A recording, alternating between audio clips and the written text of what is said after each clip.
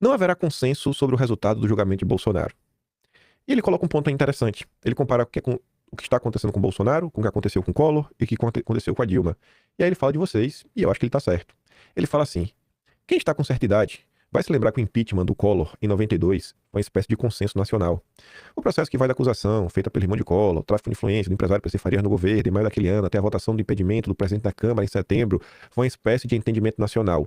No sentido que tínhamos um incapaz perigoso no poder que precisava ser apeado do Planalto. Na mídia, apenas um grupo de parlamentares folclóricos, como Roberto Jefferson, apoiava o caçador de Marajás, que sucumbiu em escândalos envolvendo denúncias de corrupção, desavenças familiares e luta em glória contra a inflação. Poucas décadas depois, temos a queda da Dilma. Houve mais resistência contra seu impedimento, mas é preciso lembrar que Dilma não tinha mais sustentação popular. Sua aprovação não chegava, né, nem a 10%. E também não tinha apoio político. O Brasil viveu uma mistura tóxica de revelações da Lava Jato, inflação, desemprego e recessão causada em boa parte por medidas que a Dilma impôs ao país. Houve até mesmo, isso daqui na época realmente teve os diálogos, né, certo alívio por sua queda entre seus supostos aliados. Eles admitem isso em conversas reservadas. Teve galera que falou, graças a Deus não levamos da Dilma. Tem gente na esquerda, inclusive, que diz que até o Lula teria trabalhado em determinado momento para empurrar a Dilma aí, que só tá trazendo desgaste pra gente. De certa maneira, Bolsonaro pode ter cometido crimes mais graves do que Collor e Dilma. Aí diz que Bolsonaro está sendo investigado por um golpe de Estado, toda aquela lenda que vocês já sabem.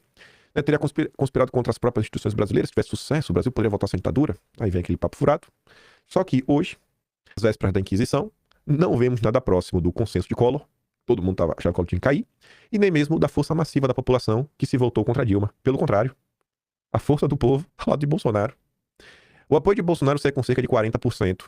Em algumas sondagens de opinião, está em empate técnico com Lula na disputa pelo Planalto. Em outras, ele está vencendo. É notável que Bolsonaro conserve sua força após tantos reveses, com toda a imprensa contra, com todas as fake news publicadas. Os que defendem Bolsonaro, inclusive, contam a história invertida dos documentos oficiais, né? Porque aqui ninguém é porta-voz do regime, as pessoas vão em busca da verdade. Para eles, houve Maracutá em 22, e Bolsonaro, esse sim defensor da democracia, sofre uma perseguição do sistema liderado pelo Supremo com a face exposta de Moraes. Delírio? Se for, pode incluir muita gente, metade do país está delirando. Conforme a pesquisa Atlas Intel divulgada em agosto, chega a 45% do percentual de brasileiros que consideram que o Brasil vive uma ditadura de toga. Não há resposta definitiva e cabal de por que a condenação de Bolsonaro está longe de consenso, ao contrário dos demais julgamentos de ex-presidentes. Uma delas é que o antipetismo talvez seja a maior força política brasileira, próxima de 50% da população. Bolsonaro soube liderá-la sem nuances. Aí disse depois FHC, Bolsonaro com seu estilo grosseiro, populista e ríspido, foi o único político brasileiro que conseguiu derrotar o petismo numa eleição para presidente. Foi também, como uma barata de holocausto, um político de longa trajetória que sobreviveu à Lava Jato. Mais do que isso, na época, Bolsonaro não só saiu ileso, como ele saiu exaltado, porque em diversos momentos ficou claro que Bolsonaro se recusou a participar do esquema. E isso conta no imaginário popular. Bolsonaro foi a última esperança de dar um jeito no Brasil para multidões.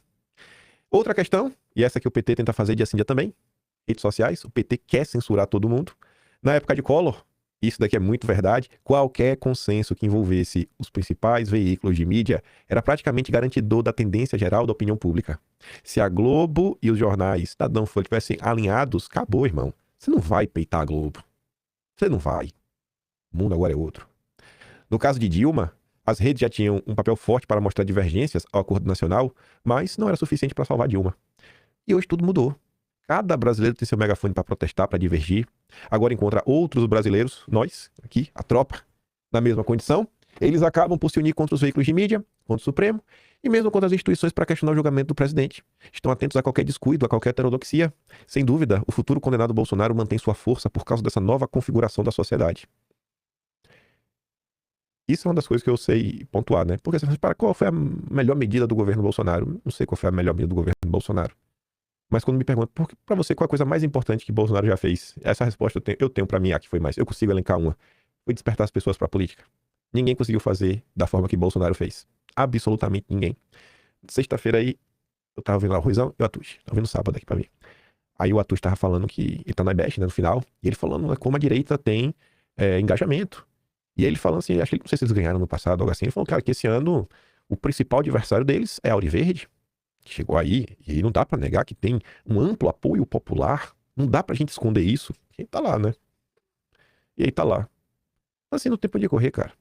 No tempo de correr. Bolsonaro despertou de norte a sul, leste a oeste. A Tsuga até postou um vídeo lá no Twitter de uma senhora falando, Bolsonaro, Acho que eu nunca vou te perdoar. Que antigamente eu não sabia de nada, vivia a minha vida, sabe? Assim, uma preocupação boba.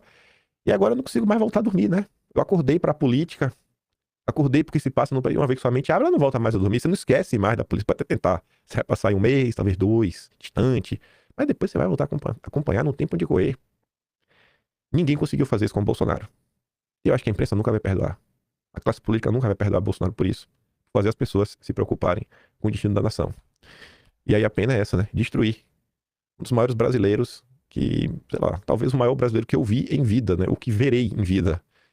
Me pergunto mesmo, será que eu vou ver algum brasileiro mais notável que Bolsonaro? Eu acho que não, viu? De coração.